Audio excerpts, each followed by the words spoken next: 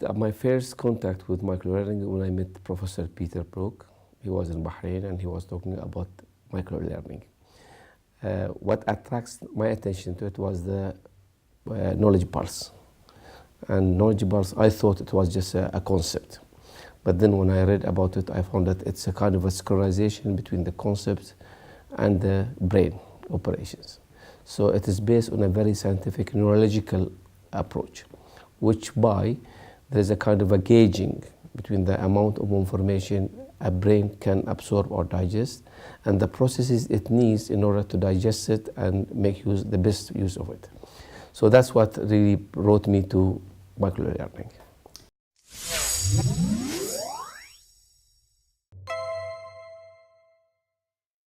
I thought that knowledge part could be, if it is well implemented, used in training more than classical or traditional learning system. Reason is because, usually it takes more an adult to learn than a kid.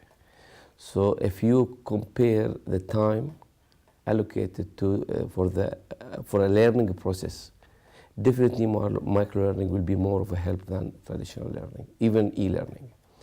And the more you read about it, the more you find there is a kind of a balance formula whereby the components or the quantity of data or knowledge that is fed in the brain has to be well synchronized with the time allocated for this data to be, let's say, implanted in the brain.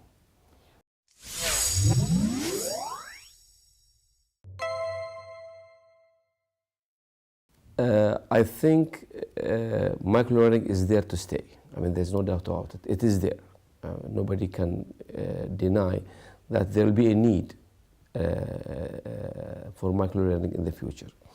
Now, definitely, there are a lot of, let's say, components that needs microlearning will need. First of all, policies, because policies will establish the environment or the platform where microlearning will be implemented and grow.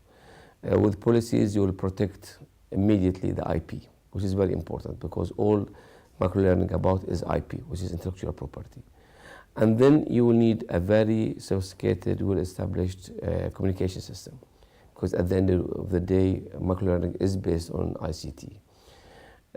I can see microlearning will be one of the components of the knowledge-based economy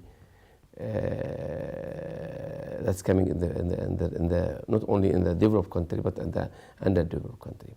So definitely, if some attention is paid to microlearning, it will have a very promising future.